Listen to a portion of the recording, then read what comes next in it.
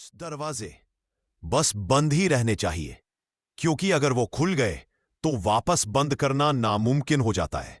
ये कहानी है एक ऐसे दरवाजे की जिसने किसी की जिंदगी छीन ली। रात का वक्त था, गांव की गलियां सुनसान थी, हवा में अजीब सी ठंडक और डर घुला था, और उस हवेली का एक दरवाजा सालों से बंद था। राहुल दिल्ली से आया था। दादी की मौत के बाद पहली बार उस पुराने गांव में आया था।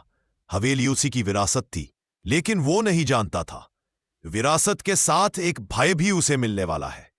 बेटा, उस आखिरी दरवाजे को मत खोलना, एक बूढ़ी औरत ने कांपती आवाज में कहा। जो अंदर है वो बाहर आया तो कोई नहीं बचेगा। राहुल हंसा और बोला, दादी के डर अब मुझे डराते नहीं। रात के 2 बजे अचानक राहुल की नींद खुल गई, जैसे किसी ने धीरे से दरवाजा खटखटाया हो। पूरी हवेली में सन्नाटा था, लेकिन उस दरवाजे से जैसे कोई पुकार रहा था। राहुल टॉर्च लेकर नीचे गया। हर कदम के साथ फर्श चरमराने लगा। वो आखिरी दरवाजा अब भी वैसा ही था, बंद, भारी और रहस्यमयी। उसने हैंडल पकड़ा और जैसे ही दरवाजा खोला, एक तेज सर्द हवा का झोंका आया। अंदर अंधेरा था, लेकिन एक कोने में कोई बैठा था। सफेद साड़ी में एक औरत, बाल बिखरे हुए, सिर झुका हुआ। दादी, राहुल ने धीरे से कहा, और तभी सिर उठाया। उसकी आंखें खून से लाल थी।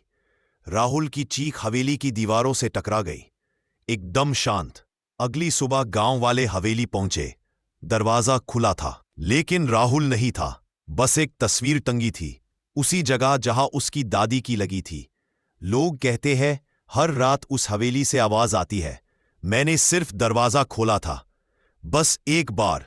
अब गांव का कोई बच्चा भी उस दरवाजे की तरफ नहीं जाता। तो अब उस दरवाजे का सपना मत देखना, क्योंकि सपनों में वो औरत अब भी बैठी है।